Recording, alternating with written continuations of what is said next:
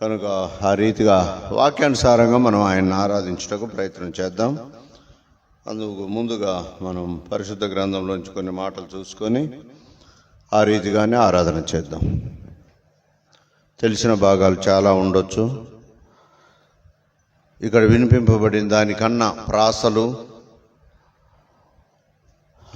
ఇంకా కవిత్వాలు చాలా ఉండొచ్చు మన మదిలో. ఎందుకంటే దేవుడు అందరికీ తగు జ్ఞానం ఇచ్చి ఉన్నాడు. ఆ రీతిగా కాకుండా ఇక్కడ ఏమైతే వినిపించబడిందో దాన్ని బట్టి ఆరాధన చేసేవాడే గొప్పవాడు. అటువంటి ఆరాధన ఆయన ఆగ్రహించడానికి, అటువంటి ఆరాధన ఆయన స్వీకరించడానికి వచ్చి ఉన్నాడు. ఆ రీతిగా మనము కొన్ని భాగాలు చూసుకుందాం. చూడండి, యోహాను సువార్త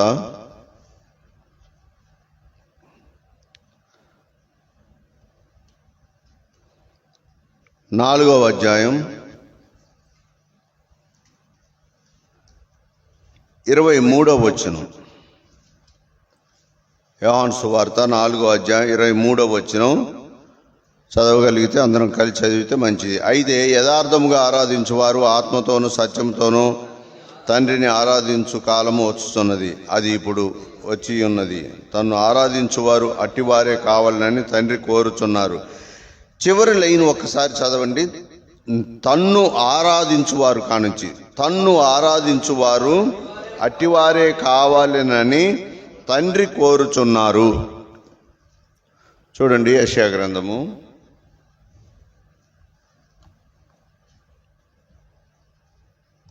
1వ అధ్యాయం 11, 12, 13. స్పీడ్గా చదవగలిగిన వారు చదవండి. 3 ఉన్నాయి, చాలా ఉంది, సమయం తక్కువ ఉంది కాబట్టి. యెషయా గ్రంథము 11, 1వ అధ్యాయం 11, 12, 13 వచనాలు. యెహోవా సెలవిచ్చిన మాట ఇదే: విస్తారమైన మీ బలులు నాకేలా దహన బలులకు పొట్టేలును బాగుగా మేపిన దూడల కొవ్వును నాకు వెక్కసమాయను.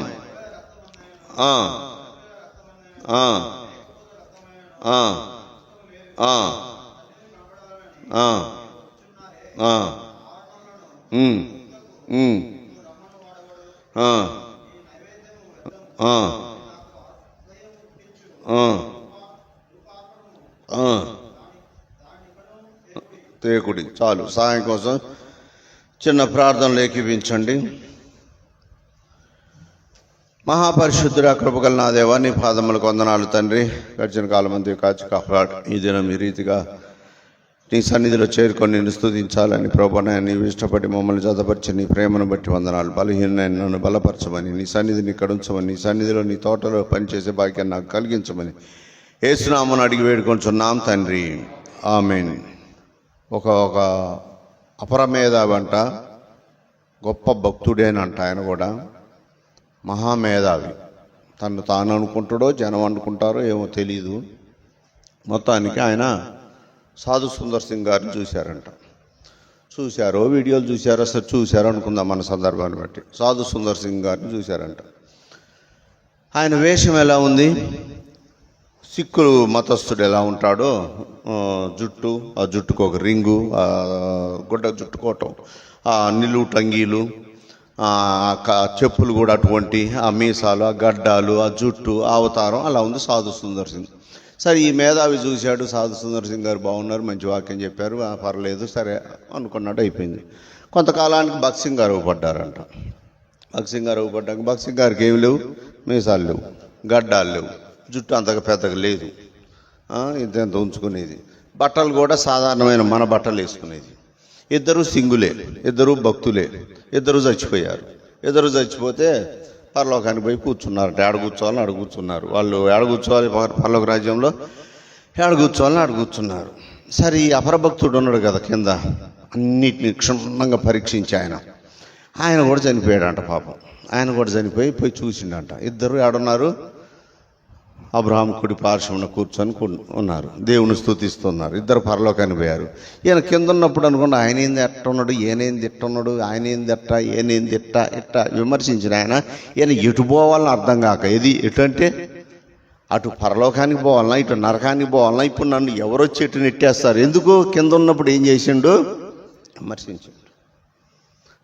అలా కాకుండా వాక్యానుసారంగా ఇందాం, వాక్యానుసారంగా ఆరాధన చేద్దాం. చూడండి, యోహాను సువార్త చూసాం కదా, 4వ అధ్యాయం. ఇందా పాటలో కూడా ఈ భాగం వచ్చినట్టు గుర్తుంది. 4వ అధ్యాయం 23వ వచనం చూడండి, చివరి లైను, నన్ను ఆరాధించువారు అట్టివారే కావాలనని ఎవరు కోరుచున్నారు, తండ్రే కోరుచున్నారు.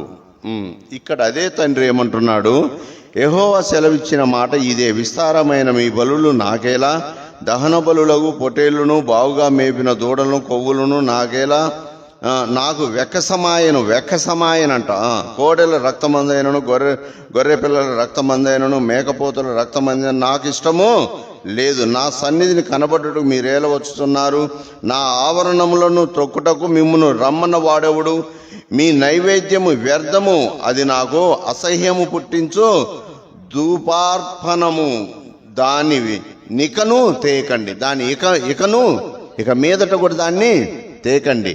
అది తీసుకొని ఎక్కడికి, నా మందిరంలోకి రావటానికి మీకెంత ధైర్యము, వేటిని, గొర్రెల రక్తము, మేకల రక్తము, పొట్టేళ్ల రక్తము, కొవ్విన వాటి రక్తము, అది ఇది తీసుకొని నా మందిరంలోనికి రాకండి.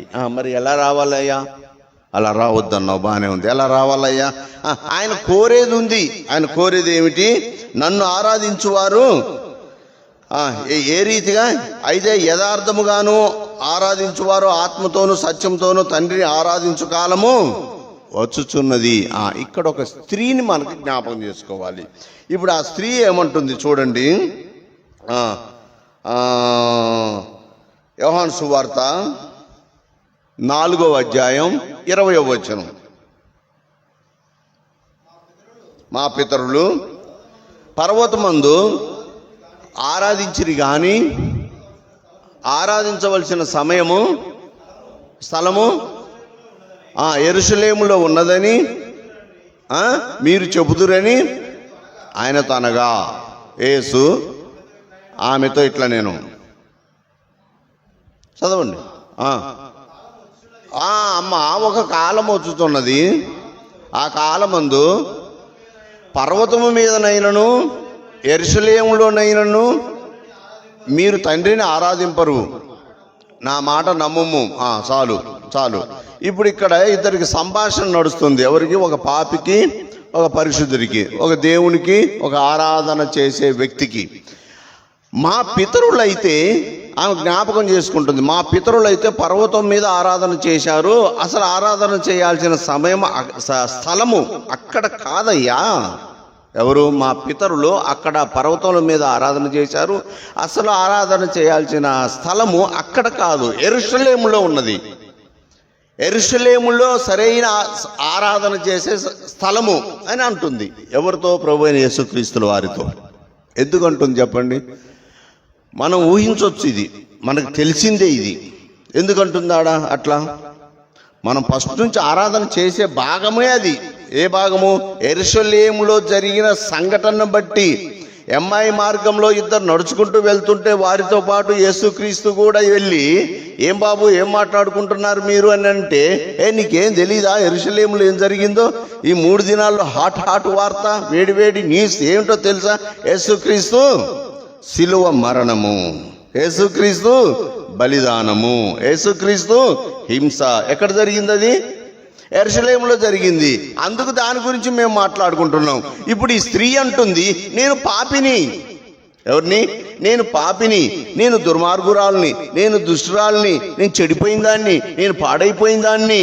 కనుక నా కోసము ఏం జరిగింది, యెరూషలేములో ఒక యాగము జరిగింది, ఒక యాగము జరిగింది, ఒక క్రియ జరిగింది, ఒక విముక్తి జరిగింది. కనుక యెరూషలేమును బట్టి యెరూషలేములో ఆరాధన చేయాలి అని యేసుక్రీస్తు ప్రభువుల వారితో అంటుంది. యేసుక్రీస్తు ప్రభువుల వారు ఇంకా అప్డేట్గా వెళ్ళారు, ఇంకా ముందుకెళ్ళి, అమ్మా కొండ మీద కాదు, ఈ యెరూషలేములో కాదు, ఒక కాలం వచ్చును. ఒక కాలం వచ్చు అంటే ఎక్కడయ్యా? ఇందా చెప్పాం కదా, భగత్ సింగ్ గారు వెళ్ళిపోయారు, సాధు సింగ్, సుందర్ సింగ్ గారు వెళ్ళిపోయారు, ఈ మూడో వ్యక్తి కూడా వెళ్ళిపోయాడు. అది అక్కడ ఆరాధన చేయాలి. సరే, ఈ మూడో వ్యక్తి ఆడున్నాడు మనకు తెలియదు. ఆ ఇద్దరు మాత్రం ఎవరు? సాధు సుందర్ సింగ్ గారు, భగత్ సింగ్ గారు ఎక్కడ ఆరాధన చేస్తున్నారు?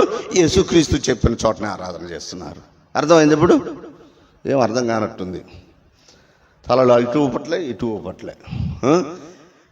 యేసుక్రీస్తు చెప్పారు, ఒక కాలం వచ్చును అందరం ఆడిగిపోతాం, అక్కడ ఆరాధన చేస్తాం. ఎక్కడది? పరలోకంలో. ప్రభు అయిన యేసుక్రీస్తు అది దేవుని సన్నిధిలో, యెహోవా సన్నిధిలో, ఆ సన్నిధిలో ఆరాధన చేస్తాం. ఇప్పుడు ఏమన్న మాటని ముందు చూడండి. మా పితరులు ఎక్కడంట? పర్వతం మీద ఆరాధన చేశారు. అసలు అయితే ఆరాధన చేయాల్సింది యెరూషలేములో. ఈమెకి ఇంతవరకు తెలిసింది. ఆ పర్వతం మీద వీళ్ళ పితరులు ఎలా ఆరాధన చేశారు చూడండి. ఇప్పుడు ఈ మాటలన్నీ కొన్ని థీములు, ఒక్కొక్క లెసన్లో 3 థీములు రావచ్చు, 4 రావచ్చు, 1 రావచ్చు, ఉండకపోవచ్చు కూడా. ఉండకపోవచ్చు అంటే మనం నిద్రపోయి దాన్ని పట్టించుకోకుండా ఉంటే ఉండదు. 3-4 ఉండేది. ఎందుకనంటే ఇప్పుడు యెషయా గ్రంథంలో మంచి మాట ఉంది. 1వ అధ్యాయం 11, 12, 13 అదే థీమ్ అనుకోవచ్చు. తర్వాత యోహాను సువార్తలో చదివిన భాగంలో, యోహాను సువార్త 4వ అధ్యాయం 23వ వచనంలో అదే థీమ్. ఈ రెండు కూడా ఎలా తిరుగుతుండాలంటే, ఈ వాక్యం ఎటుపోతున్నా, ఈ లాంగ్వేజ్ ఎటుపోతున్నా, ఈ భాష ఎటుపోతున్నా, ఏ మూలలు తిరుగుతున్నాయి, సందులు తిరుగుతున్నాయి, గొంతులు తిరుగుతున్నా ఎలా రావాలి? సెల్ ఫోన్ ఎమ్మటి నెట్వర్క్ వచ్చినట్టు రావాలి. సెల్ ఫోన్ ఏమిటి వైఫై వచ్చినట్టుగా రావాలి. నువ్వు ఏ గొంతులో పోయి ఆడికి పోయి ఇది వస్తూనే ఉంటుంటుంది కదా నెట్వర్క్. అట్లనే ఇప్పుడు ఈ వాక్య భాగం కూడా ఎటు వెళ్తున్నా కూడా ఈ 2 మాటలు మన ఎమ్మటే రావాలి. మన ఎమ్మటే ఇది దానికి కరెక్ట్, ఇది దానికి కరెక్ట్, అట్లా చేస్తుండాలి. ఇప్పుడు ఏమేమన్నది? మా పితరులు ఎక్కడ? పర్వతాల మీద. చూడండి, 2వ దినవృత్తాంతములు 29వ అధ్యాయం 6వ వచనం చదవండి.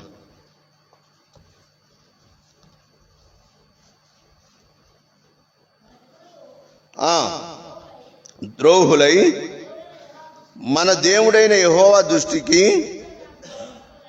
చెడు నడతలు నడిచి ఆయనను విసర్జించి ఆయన నివాసమునకు పెడముఖము పెట్టుకొని దానిని అలక్ష్యము చేసిరి. చూడండి, మన పితరులంట, మన పితరులే కాదు, ఇప్పుడు కూడా కొంతమంది మందిరానికి లేటుకు రావటం, కొంతమందికి రాలేకపోవటం, కొంతమంది చేయాల్సిన పని చేయలేక ఉండటం. ఇప్పుడు వాస్తవానికి చెప్పాలంటే ప్రభువుని నమ్ముకున్న మనకి ఒక 50%, 60% ఆర్ 70% దేవుని పని, దేవుని మందిరము, దేవుని మీద ఈ కాన్సన్ట్రేషనే ఉండాలి. ఒక 40% అనేది ఇక లోకంలో ఉన్నాం కాబట్టి కొంత ఉంటుంది. అది ఉంచుకోవాల్సిన అవసరం కూడా ఉంది. ఎందుకంటే బస్సు ఎక్కాలి, ఎంత చండాలంగా ఉన్నా. బస్సు మంద కాదు, కానీ మందిరానికి రావాలన్నా, ఏ ఊరు పోవాలన్నా బస్సు ఎక్కాల్సిందే. అట్నే లోకం కూడా ఒక 40% మనకు అవసరమై ఉంటుంది కొన్ని పనులకు. ఇప్పుడు కొంతమంది మందిరానికి రాలేకపోతున్నారు, లేటుగా వస్తున్నారు అంటే అసలైన కారణము అందరికీ తెలిసిన కారణమే ఏమిటి? వెనక్కి ఏదో గుంజులాట, వెనకేదో లాగే ఆట, వెనక్కి గుంజే తత్వము, ఆ సమాజము, లేకపోతే ఆ పరిస్థితులు. ఉదాహరణకి నేను భర్తని, నేను మందిరానికి పోవాలి, 8ంటికి పోతేనే ఆడ 9ంటికి రెడీ అయితే అన్న నన్ను మెచ్చుకుంటాడు. అప్పుడు మెచ్చుకోవాలంటే మరి దైవ సేవకుల దృష్టిలో ఉండాలి కదా, కొంత మెప్పు అనేది ఉండాలి కదా, విశ్వాసుల పట్ల ఉండాలి కదా. ఉండకుండా ఏంది శైలేష్ అన్న అట్టున్నాడు అని అంటే అట్ట కుదురుద్ది. అది కాదు, కొద్దిగా ప్రేమ ఉండాలి కాబట్టి అట్లా ఉండాలి కాబట్టి నేను 9ంటికి వెళ్ళాలంటే నా భార్య ఎనికి గుంజితే, నా భార్య మాట వరుసకి ఎక్కడ పని అక్కడే ఉంది. నిన్ననేం అటు పోయినావు, మొన్ననేం ఇటు పోయినావు, నిన్ననేం క్లినిక్ అన్నావు, మొన్ననేం పేషెంట్లు అన్నావు, ఎక్కడ పని అక్కడనే ఉంది, ఇంకా బట్టలు ఉతకలేదు, ఇంకా మిషన్లు వేయలేదు, ఇంకా బాత్రూమ్లు కడగలేదు, ఇదంతా పని, ఇదంతా దాన్నే ఉంది, ఇదంతా వదులుకొని పోతున్నావు అని అంటే నేను సరే ఆమెను బాధ పెట్టడం ఎందుకని ఆమె చదివిన 10 మాటల్లో ఒక 2 నేను చేసుకోవాల్సి వస్తుంది, లేకపోతే 1 చేసుకోవాల్సి వస్తుంది. ఆ 1కి ఏమైంది అంటే ఒక 10 నిమిషాలు లేట్ అయింది. ఆ 10 నిమిషాలు లేట్ అయితే ఇక్కడ విడువబడిన మాటలు కొన్ని మనకి కావాల్సినవి, అవసరం ఉన్నాయి, అవి ఉపయోగపడవు. మా నాన్న చెప్పాడు, మా తాత చెప్పాడు మా నాన్నకి, అరే కాని మంచి గట్టు, కాని అంటే బండికి కాని ఉంటుంది, ఇట్లా అడ్డంగా కర్ర ఎంతలా ఉందో అలా మొద్దు, కాని బాగా గట్టు, ఇట్లా గట్టు, తొట్టి బాగా గట్టు, గిరకలు బాగా పెట్టు, ఒసుగొయ్యలు పెట్టు, జల్ల వేయి, కందులు తేవాలన్నమాట, పోయి జల్లదే, ఇవన్నీ అన్నాడు. మా నాన్న ఏం చేసిన చూడే, ఇవన్నీ నాకు తెలుసు, ఇవన్నీ నాకు చెబుతా, చిన్నప్పటి నుంచి వ్యవసాయం చేయట్లేదా, నేను రైతు కుటుంబం కాదా, నేను ఇంటికి పెద్దోడిని కాదా, నాకు తెలుసు అని అన్నాడు.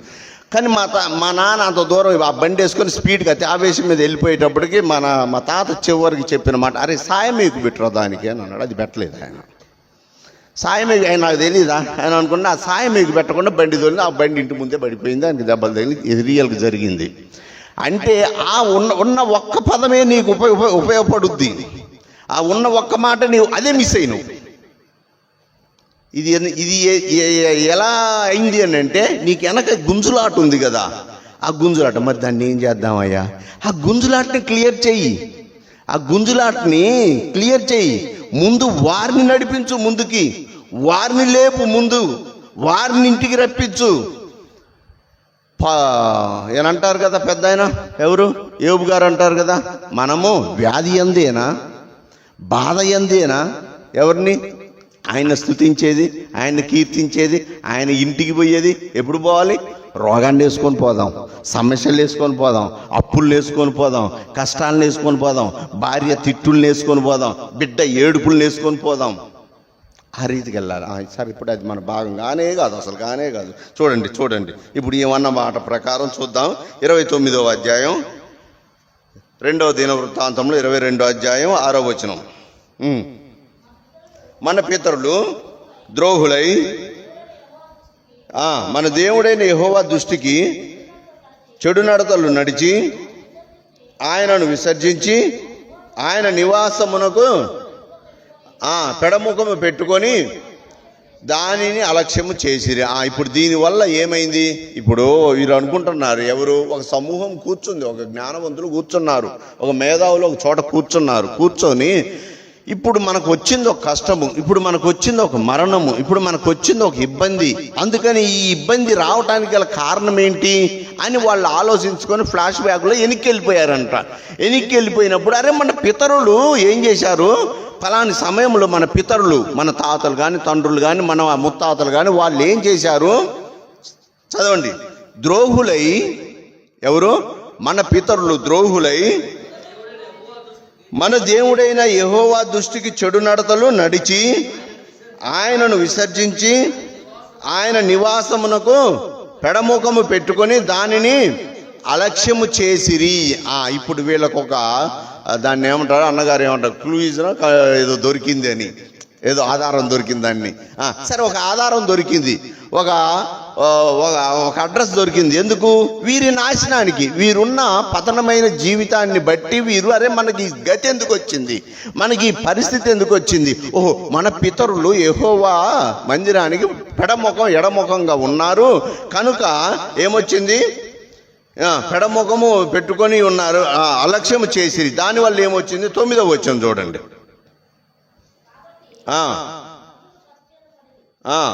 మన తండ్రులు కత్తి చేత పడిరి, మన కుమార్తెలను భార్యలను చెరలోనికి, దేనికి, ఎందుకోసం మన తండ్రులు కత్తి చేతనేమో చంపబడ్డారు, కుమార్తెలేమో భార్య వీళ్ళందరూ ఏమో చెరలోనికి తీసుకొని పోబడ్డారు.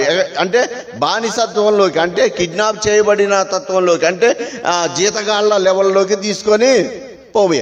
ఇదంతా ఎందుకు వచ్చిందని వీళ్ళు కూర్చొని ఆలోచిస్తుంటే, మన పితరులు చేసిన పాపం, వారు దేవుని మందిరానికి పెడముఖంగా ఉన్నారు, మన పితరులు ద్రోహులై ఉన్నారు, దేవుని ఎదుట ద్రోహులై ఉన్నారు. కాబట్టి ఇప్పుడు మన భార్యలు, మన పిల్లలు, మన కుమార్తెలు వీళ్ళు ఏమయ్యారు, ఇబ్బందులు పడుతున్నారు అని వీళ్ళు మంచి ప్లాన్, మంచి ఆలోచన, ఒక గ్రహింపు వచ్చేసింది వీళ్ళకి.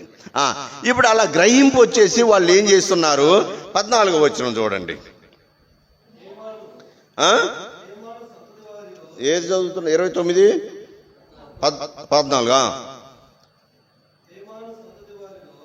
2వ దినవృత్తాంతములు 29వ అధ్యాయం 24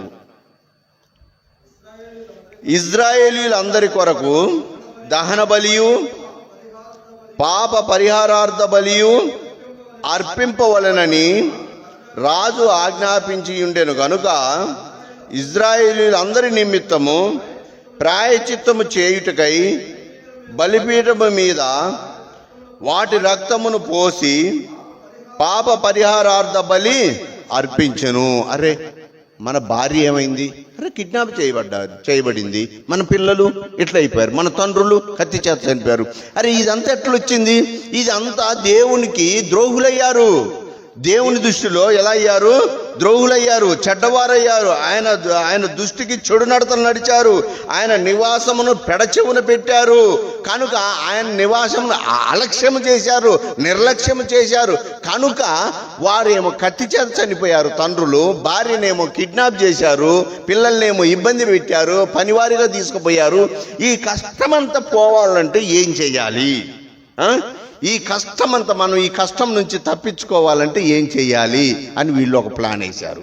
అరే, ఈ వాళ్ళు చేసింది పాపం కదా, మనం కూడా ఆ పాపానికి పరిహార్థంగా ఏదన్నా ఆ పాపాన్ని పారదోలటానికి, ఆ పాపాన్ని రూపం ఆపటానికి, ఆ పాపం నుండి మనం విడిపింపబడటానికి మనం ఒక ప్లాన్ చేద్దాం.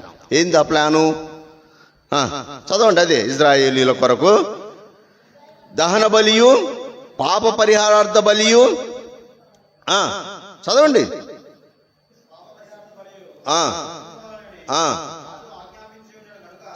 ఎవరు చెప్పారు ఈ మాట? రాజుగారు చెప్పారన్నమాట. ఎవరు?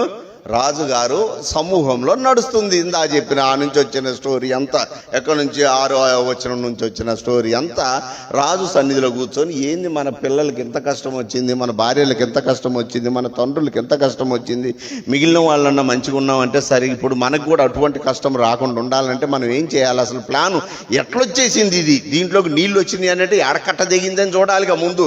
ఈ నీళ్ళు ఎత్తిపోయటం కాదు కావాల్సింది, దీంట్లోకి వరద వచ్చింది, ఏం చేయాలి? అరే, ఆడ బాత్రూమ్ కాడ కట్ట దిగింది, ఇటేటో కట్ట దిగింది, ఆ కట్టను పూడిపితే సరిపోద్ది ఆటోమేటిక్గా. ఇప్పుడు వీళ్ళు అనుకుంటున్నారు, ఇంత కష్టం వచ్చింది కదా, ఇంత పరిస్థితుల్లో వచ్చింది కదా, ఇది ఆనించి వచ్చింది, మన పితరుల కానించి వచ్చింది. అయితే ఆ పితరులు చేసిన పాపం మన మీదకి వచ్చింది. ఇప్పుడు మనం ఆ పాపం నుండి తప్పించుకున్నటకు ఒక ప్లాన్ వేద్దాం. ఏం ప్లాను? పాప పరిహారార్థం. పాప పరిహారార్థం ఏం చేద్దాం? చదవండి 24వ వచనం.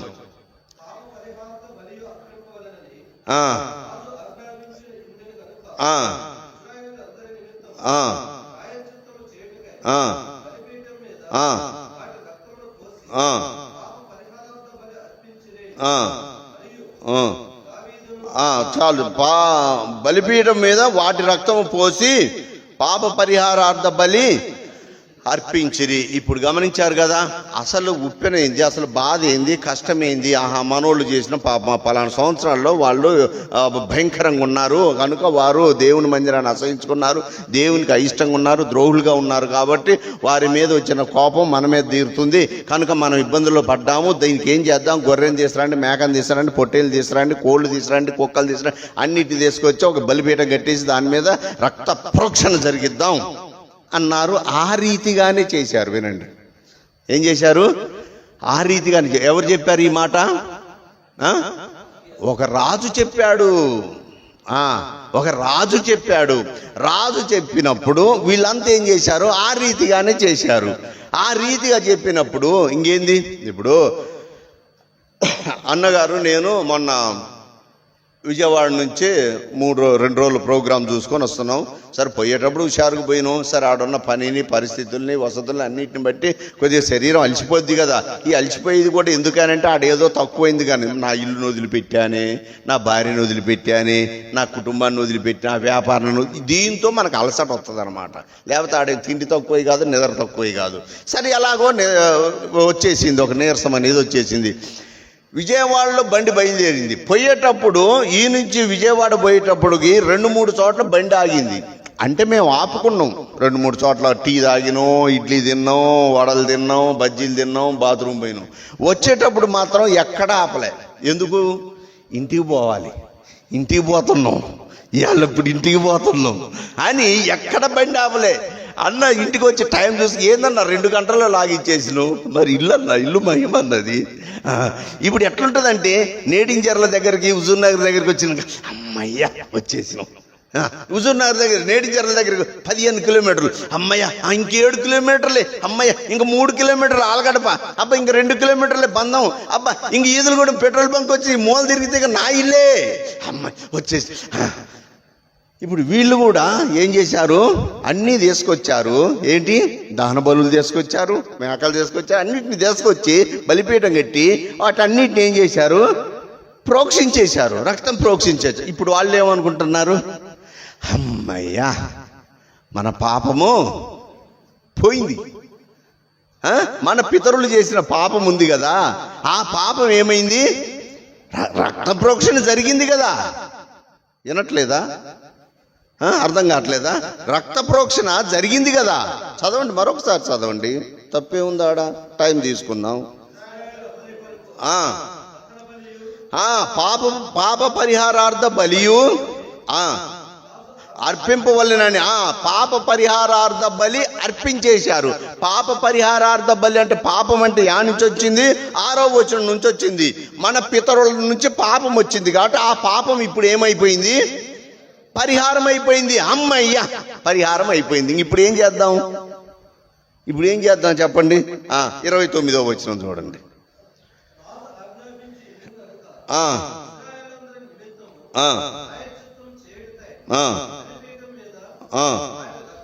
ఏం చదువుతున్నారు, 29. వారు అర్పించడం ముగించిన తరువాత రాజును అతనితో కూడనున్న వారందరూ తమ తలలు వంచి ఆరాధించిరి. ఈ మాట గమనించండి. వారు అర్పించుట తరువాత, ఇక మళ్ళీ మొదటి నుంచి చెప్పాలంటే చాలా లాగా అవుద్ది, చాలా ఇబ్బంది పడతారు. ఎప్పటికీ చాలా ఎక్కువసార్లు రిపీట్ చేయాల్సి వచ్చింది. వారు చేసిన పాపం వీరు పాప పరిహారార్థ బలిగా అర్పించుకున్నారు. అమ్మయ్య అనుకొని వీళ్ళు ఏం చేస్తున్నారు, ఆరాధన చేస్తున్నారు. ఇప్పుడు నేను చదివిన దాన్ని బట్టి, ఏది బైబిలు ఇక్కడి నుంచి ముందు దాకా ఈ పాత నిబంధన మొత్తం చదివిన దాన్ని బట్టి చూస్తే దేవుడు ఎక్కడ ఆరాధన నేను కోరారా? కోరితే క్షమించండి అని కోరినట్టుంటే, నన్ను ఆరాధన చేయండి, నన్ను పూజించండి, నన్ను మొక్కండి, నాకు నమస్కారం చేయండి అని ఎక్కడ ఏం అనలేదు నాకు తెలిసినంతవరకు. సరే అంటే అది వేరే భాగం కావచ్చు, సరే మన అంశంలో అయితే అనలేదని నేను చెప్పగలుగుతా. ఇప్పుడు ఆయన ఆరాధన కోరలేదు, కానీ వీరు ఏం చేస్తున్నారు, మన పాపము పోయింది కాబట్టి మనము ఆరాధన చేద్దాం ఇంకా అని అంటున్నాడు. ఇప్పుడు దీనికి ఏమని చెప్పుకోవచ్చు అంటే, మనము చిన్నపిల్లలు ఉన్నారు, ఇంకెంతకన్నా చిన్నపిల్లలు, వాళ్ళు ఆడుకుంటుంటే ఆ మట్టిలో పోయి, ఆ ఓపెన్ ప్లేస్లో పోయి ఆడుకుంటారు. ఆడపిల్లలు ఆడుకుంటారు, మా పిల్లలు ఆడుకుంటారు. మరీ చిన్నపిల్లలు, లోక జ్ఞానం లేని పిల్లలు, బలపాన్ని ఒక చాక్లెట్ అనుకొని తినే వయసు కలిగిన పిల్లలు, మనసు కలిగిన పిల్లలు, అటువంటి చిన్న పిల్లలు ఆడుకుంటారు. అరే మన అమ్మ నాన్న ఆట ఆడుకుందామా అని అంటారు. ఆడుకుందాం. మనం పెళ్లి కూతురు పెళ్లి కొడుకు ఆట ఆడుకుందామా అంటే సరే అలాగే ఆడుకుందాం. సరే పెళ్లి కొడుకు పెళ్లి కూతురు ఆట ఆడుకోవాలంటే ఏం చేయాలి, వాళ్ళు ఇంతకుముందు పెళ్ళిళ్ళకి పోయారు, చూశారు మన సంఖలో ఉండి. పెళ్లి కూతురు ఏమో ఎదురు కూర్చుంది, అమ్మాయి ఏమో ఎదురు కూర్చుంది, అబ్బాయి ఏమో ఎదురు కూర్చుండి, వీడు ఒక తాడు తీసుకొని కట్టేసిండు, అమ్మాయికి కట్టేసిండు. ఈలోగా ఈ పిల్లగాళ్ళు ఉన్నారు, పెద్దల పిల్లగాళ్ళు, మళ్ళీ వాళ్ళు పెద్దలు అని ఒక బ్రాహ్మణుడు వేసిండు, ఒకడు అక్షంతలు వేసిండు, ఒకడు అది చేసిండు, ఒకడు మట్టి చల్లిండు, అవి అక్షంతలు ఉసుక చల్లిండు. మీ ఇద్దరు పెళ్ళి అయిపోయింది వెళ్ళిపోండి అన్నట్టుగా అదేం పెళ్ళి,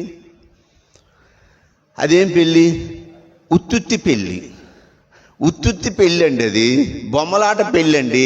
దాన్ని ఆ పెళ్ళి అయిపోయినాక, లేకపోతే ఆ పెళ్ళి మొదటి నుంచి వీళ్ళిద్దరి తల్లిదండ్రులు చూస్తూనే ఉన్నారు. కోపగించుకోలేదు. అది జరుగుద్దా, అది నిజమేనా, ఆ పెళ్ళి నిజమైన పెళ్ళి అయితే ఇప్పుడు ఒక యవనస్తుడు వాళ్ళు పోయారు అని అంటే మనకు కోపం వస్తుంది. వాళ్ళు పెళ్లి చేసుకున్నారంటే ఒక కోపం వస్తుంది. వాళ్ళు ఏదైనా కార్యం చేశారంటే ఒక కోపం వస్తుంది. దాని మీద పెద్ద బీభత్సం చేస్తాం. ఇప్పుడు ఈ పిల్లలు మన కళ్ళ ముందే ఆడుకుంటున్నారు. వాడు లేచిండో తాళి కట్టిండో తూము అన్నాడు, పెళ్ళి అయిపోయింది అనుకుంటున్నారు. వాళ్ళ బొమ్మలాటగా అది ఆ కార్యం నడిచిపోయినందుకు ఈ తల్లిదండ్రులు చూస్తున్నారు, పెద్దలు చూస్తున్నారే పక్క జరగండి అంటున్నారులే. కానీ ఎరా ఏంట్రా ఈ పని ఎదవల్లారా అని ఎవరు కర్ర తీసుకొని కొట్టలేదు. చిన్నపిల్లలు ఏదో ఆడుకుంటున్నారు, ఆడుకొని దేవుడు కోరనిది ఇగో ఇదే, ఇటువంటిదే. వీళ్ళు చిన్నపిల్లల టైపులో చేసుకుంటున్నారు. ఉదాహరణకి నోవాహు నీతిమంతుడు, యథార్థవంతుడు. దేవుడు పిలుస్తాడు, బాబు నువ్వు ఆ ఓడలోకి పో బాబు అని అంటే కుటుంబాన్ని అందరిని తీసుకొని ఓడలోకి పోతాడు. సరే కొన్ని దినాలు 40 దినాలు దాంట్లో ఉన్నాక బయటకు వస్తాడు. బయటకు వచ్చేసినాక అతను ఏం చేస్తాడు, దాంట్లో ఒకటి తీసుకొని దహన బలి కట్టేసి దాన్ని దహన బలిగా అర్పించేస్తాడు. అవునా? ఇది అవునా కాదు అన్నట్టుగా చూస్తున్నట్టుగా ఉంది మీరు మిమ్మల్ని చూస్తుంటే. అవునంటే ఎట్ట అనండి ధైర్యంగానే. ఓడలోంచి బయటకు వచ్చి అదొకటి తీసుకొని వచ్చి ఆడ దహన బలి కట్టేసి దాన్ని దహన బలి అర్పించేస్తాడు. అర్పించేసినప్పుడు అక్కడ యెహోవా వచ్చి ఏం చేస్తాడు, ఆ ఇంపైన సువాసనని ఆగ్రానిస్తాడు. మరి అదేంది, ఆయన ఆరాధనలు స్వీకరించలేదు కదా, అది కూడా ఒక ఆరాధన టైపే కదా అని అనుకోవచ్చు. ఉదాహరణకి దైవ సేవకులు ఉన్నారు. దైవ సేవకులు ఉండి ఈరోజు మంగళవారం, బుధవారం, గురువారం ఏదో ఒక రోజు పెట్టుకుంటారు కదా, 10 ఇల్లులు దర్శిద్దామని అనుకున్నారు. ఫస్ట్ ఆశీర్వాదం ఇల్లు దగ్గర కాబట్టి ఆశీర్వాదం ఇల్లు ఇంటి దగ్గరికి పోయారు. ఆయన ఏం చేశాడు, ఒక టీ ఇచ్చి 2 బజ్జీలు ఇచ్చారు. తర్వాత తమ్ముడు భరత్ ఇంటికి పోయారు, ఆయన ఒక 2 గారెలు ఇచ్చి ఒక టీ ఇచ్చాడు. తర్వాత ఇంకోటి, తర్వాత లాస్ట్ నా ఇల్లు కాబట్టి నా ఇంటికి వచ్చారు. సరే నేను కూడా ఏం పెట్టాలో అవి పెట్టేసి ఒక టీ ఇచ్చి పంపించేశాను. ఇప్పుడు ఇవన్నీ అన్నగారు కోరలేదు, కానీ అట్లని వద్దనలేదు. వద్దన్నారా? వద్దంటే ఏమైద్ది? మన సంబంధం ఏడ దిగిపోద్దు, మన బంధుత్వం ఏడ దిగిపోద్దు, శైలేశ్ అన్నతో ఏడ సుట్రికం ఊడిపోద్దు. అందుకని శైలేశ్ అన్న ఇష్టం కోసము, శైలేశ్ అన్న మీద ఉన్న ప్రేమ కోసము ఈ బజ్జీలు నాకు ఇష్టం లేకపోయినా నేను తినాలి, ఈ గారెలు నాకు ఇష్టం లేకపోయినా నేను ఇలా దైవ సేవకులు చేస్తుంటారు. దైవ సేవకులే కాదు, మనకు కూడా ఇటువంటి సందర్భం ఒకసాట ఎదురొస్తుంటుంది. ఎవరింటికన్నా పోయినప్పుడు మొహమాటంగా అతి కష్టం మీద దాన్ని మనం తీసుకోవాల్సి వస్తుంది. ఇప్పుడు దేవుడు కూడా ఎందుకు ఈ నోవాహు ఇచ్చిన ఈ అర్పణల్ని ఆగ్రానించాడు, స్వీకరించాడని ఉంది కదా. ఎందుకు? నోవాహుకి దేవునికి అంటే మానవుడికి దేవుడికి గతంలోనే సంబంధం దిగిపోయింది. మళ్ళీ అతుకుపడుతుంది, అది మళ్ళీ ఒకటవుతున్నప్పుడు ఇప్పుడు నేను ఆగ్రానించకపోతే నోవాహు మళ్ళీ నాకు దూరం అవుతుడేమో, నోవాహుకి నాకు మంచి సంబంధం ఉండాలి, మంచి స్నేహం ఉండాలి, నాకు ఇష్టమున్నా ఇష్టం లేకపోయినా తర్వాత సంగతి. ముందైతే అతన్ని ప్రేమను బట్టి, అతని త్యాగాన్ని బట్టి ఆగ్రానించాడు. తన కుమారుణ్ణి తీసుకొచ్చి బలిచ్చాడు, కట్టెలు పెట్టాడు, అన్ని పెట్టాడు. కత్తి తీసుకొని నరకటానికి ఎంత సమయం ఉంది? 1 గంట ఉందా? ఒక సెకండే. ఇక సెకండ్లో వాడు ఏం కావాలి? ఆ బాలుడు అనేవాడు చచ్చిపోవాలి. ఇప్పుడు దాన్ని బట్టి నా దృష్టిలో బలిచ్చాడనే నేను నమ్ముతా, బలిచ్చేసాడనే నేను నమ్ముతా. బలి ఇవ్వలేదు, ఆడ బలి జరగలేదు. కానీ ఒక స్త్రీని మోహపు చూపు చూస్తే ఏం చేసినట్టు? అరే మోహపు చూపుతో చూస్తేనే పాపం చేసినట్టే, వ్యభిచరించినట్టేనుంది. మోహపు చూపు చూస్తేనే. ఈయన ఇవ్వాలనుకున్నాడు కదా, కట్టెత్తాడు కదా, మరి ఈయన ఇచ్చినట్టు కాదా? ఇచ్చినట్టే. కానీ దేవుడు ఆడ క్రియ అయితే జరగలేదు, కానీ మన దృష్టిలో ఇచ్చినట్టే. మోహపు చూపు చూస్తే వ్యభిచరించినట్టే. ఇప్పుడు వీళ్ళు ఆరాధన చేశారు. ఇది ఎటువంటి ఆరాధన? ఇది సరైన ఆరాధన కాదు. ఇది సరైన ఆరాధన ఇది సరైన ఆరాధన కాదు. అంటే ఎందుకంటే బొమ్మలాట లాంటి ఆరాధన. వాళ్ళు చేసుకోవాల్సిన అట్లా ఒక క్రమాన్ని పాటించి ఎవరు చెప్పారు? ఒక మేధావి. ఎవరు ఆ మేధావి? రాజు. ఆ రాజు చెప్పిన మాటను బట్టి వాళ్ళు చేశారు. మనం రాజు మాట కాదు వినాల్సింది. ఎవరి మాట వినాలి? దేవుని మాట వినాలి. దేవుడు ఏం చెప్పాడు? ఇందాక చూడండి, యోహాను సువార్త 4వ అధ్యాయం 23వ వచనం.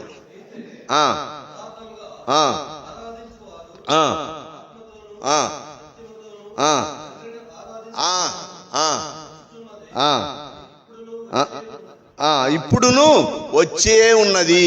మా పితరులైతే అక్కడ ఆరాధన చేశారు. ఆ ఆరాధన కన్నా యెరూషలేములో ఆరాధన గొప్పది. ఇప్పుడు వీళ్ళు ఇక్కడ ఆరాధన చేశారు. వీరు ఏమి ఇచ్చారంట చూడండి, 32వ వచనం. ఏది? దినవృత్తాంతములు 2వ దినవృత్తాంతములు 29వ అధ్యాయం 32వ వచనం.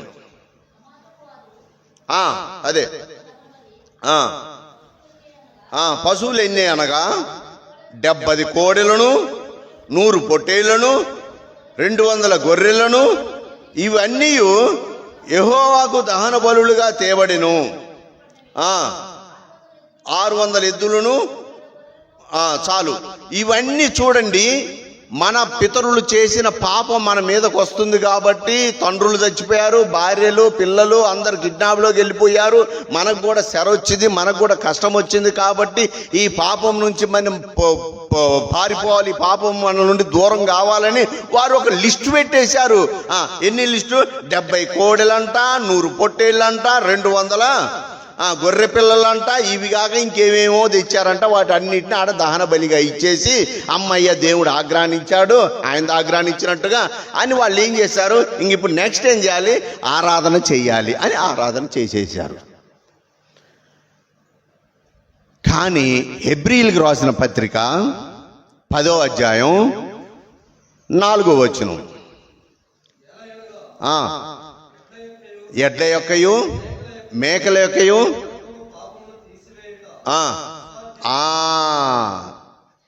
ఈ దినవృత్తాంతంలో రాయబడినట్టుగా వారి పితరులు ఏం చేశారు, పాపము చేశారు, దేవుని దృష్టిలో ద్రోహులయ్యారు, దేవునికి దూరస్తులయ్యారు, శాపగ్రస్తులుగా ఉంచబడ్డారు, మరణానికి పాత్రులుగా ఉంచబడ్డారు. కనుక ఆ శిక్ష నుంచి తప్పించుకొనుటకు ఒక మేధావి, ఎవరా మేధావి, ఒక మానవ మేధావి, ఒక రాజు ఏం చెప్పాడు, అరే మనం ఇట్లా చేద్దాం, అన్ని గొర్రెలన్నీ మేకలన్నీ గొడ్లన్నీ కోళ్ళన్నీ అన్నిటిని తీసుకొచ్చి ఇక్కడ ఒక దహన బలి కట్టేసి దాని మీద మనం ప్రోక్షిద్దాం, వాటి రక్తాన్ని ప్రోక్షిద్దాం, మనకు పాపం పోద్ది ఈజీగా, ఇదే మార్గం, ఇంతకు మించి వేరే మార్గం లేదు అని ఆ రీతిగా చెప్పిన దాన్ని బట్టి ఆ జనం అంతా చేశారు. అమ్మయ్య చేసేసినాం కదా, రక్తం ప్రోక్షింపబడింది, ఆయనకి ఇష్టమైంది, ఇక మన మీద కోపం చల్లారుద్దని ఆయన ఏం చేసి వాళ్ళందరూ ఏం చేశారు, ఆరాధన చేశారు. ఇప్పుడు ఈ స్త్రీ ఏమంటుంది, అయ్యా మా పితరులు ఒకప్పుడు ఆడ పర్వతం మీద ఆరాధన చేశారు, అది కాదయ్యా ఆరాధన, యెరూషలేములో ఉన్నది అసలైన ఆరాధన. యెరూషలేములో ఎందుకు ఉన్నదయ్యా, అక్కడ ఒక గొర్రెపిల్ల బలైపోయింది. ఎవరయ్యా గొర్రెపిల్ల? ప్రభు అయిన యేసుక్రీస్తుల వారు. ఎందుకు ఆ గొర్రెపిల్ల బలైపోయింది? నీ నా పాపము నిమిత్తము, నీ నా పాపాన్ని పోగొట్టబడుటకు ఎవరు? ప్రభు అయిన యేసుక్రీస్తు లోక పాపమును మోసుకొని పోవు దేవుని గొర్రెపిల్లగా యెరూషలేములో గొల్గొతా పర్వతం మీద ఏమైపోయాడు? దహన బలైపోయాడు. ఏమైపోయాడు? బలైపోయాడు. హెబ్రీయులకు రాసిన పత్రికలో ఏముంది? ఎడ్ల యొక్కయు ఏలయనగా ఎడ్ల యొక్కయు మేకల యొక్కయు రక్తము పాపము నుండి తీసివేయదు. చూడండి, ఇందా చూసుకున్నాం కదా, యెషయా గ్రంథంలో ఏముంది? విస్తారమైన బలులు 1వ అధ్యాయం 11వ వచనం, యెషయా గ్రంథం.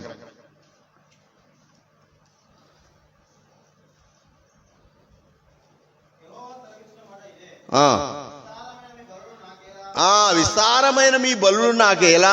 అదే నిజమైన ఆరాధన అయితే, అదే నిజమైన రూల్ అయితే మరి ఈ మాట ఎందుకు రాసినట్టు యెషయా గ్రంథంలో? అదే కరెక్ట్. వాళ్ళు హెచ్చరిక చేశారా? నువ్వేమో కొత్తగా తీసుకొచ్చి చెబుతున్నావు అని అంటే, ఆ దినాల్లో ఆయన కోరలేదు, ఆరాధన కోరలేదు. అసలు ఆరాధన కోరింది ఎక్కడయ్యానంటే యోహాను సువార్త 4వ అధ్యాయం 23లో కోరాడు. నాకు ఆరాధన కావాలి. ఎందుకు కావాలయ్యా? నా కొరకు మీ కొరకు నా ప్రియ కుమారుడు ప్రభు అయిన యేసుక్రీస్తుని గొర్రెపిల్లగా పంపించాను, దాని కృతజ్ఞతగా ఆరాధన కావాలి. ఎడ్లు కావాదా? ఎడ్లు కాదయ్యా, ఎడ్లు కాదు. గొర్రెలు కాదా? గొర్రెలు కాదు. మేకలు కాదాయా? బలిసినవి కాదాయా? అవి కావు. వాటిని నేను కోరను, వాటిని నేను తెమ్మన్నాను. యెషయా గ్రంథం చదవండి 1:11. అవి ఎక్కసమైనట, చదవండి.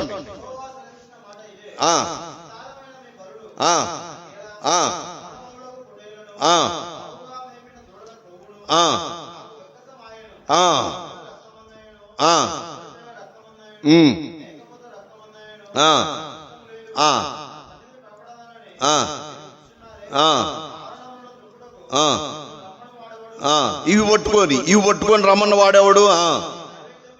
మీ నైవేద్యం వ్యర్థం బాబు, అది నాకు అసహ్యము పుట్టించను. ఇక దాన్ని తేకుడిగా దేన్నయ్యా? ఈ దినవృత్తాంతంలో రాసినట్టుగా ఎన్ని సమాజ మందిరంలో దహన బలి పశువులు ఏమనగా 70 కోడెల్ని 100 మేకల్ని 100 కోళ్ళుని వాటిని ఇక దేకండి. ఏం దేవాలయం మరి? ఏం దేవాలయం మరి? నా పాపం పోయింది కదా, వాళ్ళ పాపం పోయింది అనుకుని వాళ్ళు తలలోంచి ఆరాధన చేశారు. మరి నేనేం దేవాలయ్యా? ఆత్మతోనూ సత్యంతోనూ ఆయన్ని ఆరాధించాలి. ఆ ఆరాధనే నాకు కావాలి. యోహాను సువార్త 4:23 చివరికి అయిపోయింది. అయితే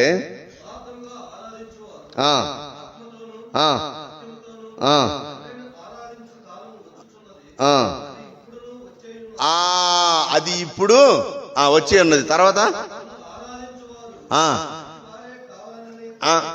అది అట్టివారే ఆరాధన, అట్టి ఆరాధనలే కావాలని తండ్రి ఎవరు?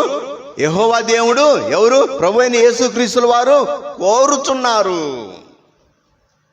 ఏం ఆరాధన అది? బలుల ఆరాధన కాదు. హెబ్రీయులకు రాసిన పత్రికలో ఏముంది? ఆ బలులు పర్వతం మీద అర్పించారే, ఎడ్ల యొక్క కోడెల యొక్క రక్తము పాపము నుండి మనల్ని తీసివేయదు, మనల్ని వేరుపరచలేదు. దానికి ప్రభు అయిన యేసుక్రీస్తు రక్తము కావాలి. ఆ రక్తం లోక పాపం కోసం చిందింపబడుతున్న నిబంధన రక్తం. అది ఆ రక్తము చిందించబడింది. అందుకోసం మనం ఆరాధన చేయాలి. అందుకోసం మనం ఇక్కడికి వచ్చాం. అటువంటి ఆరాధనలు స్వీకరించడానికే దేవుడు కూడా వచ్చి ఉన్నాడు. అటువంటి ఆరాధన మనం చేద్దాం. దేవుడి మాటలు దీవించును గాక. దయచేసి మోకరించండి.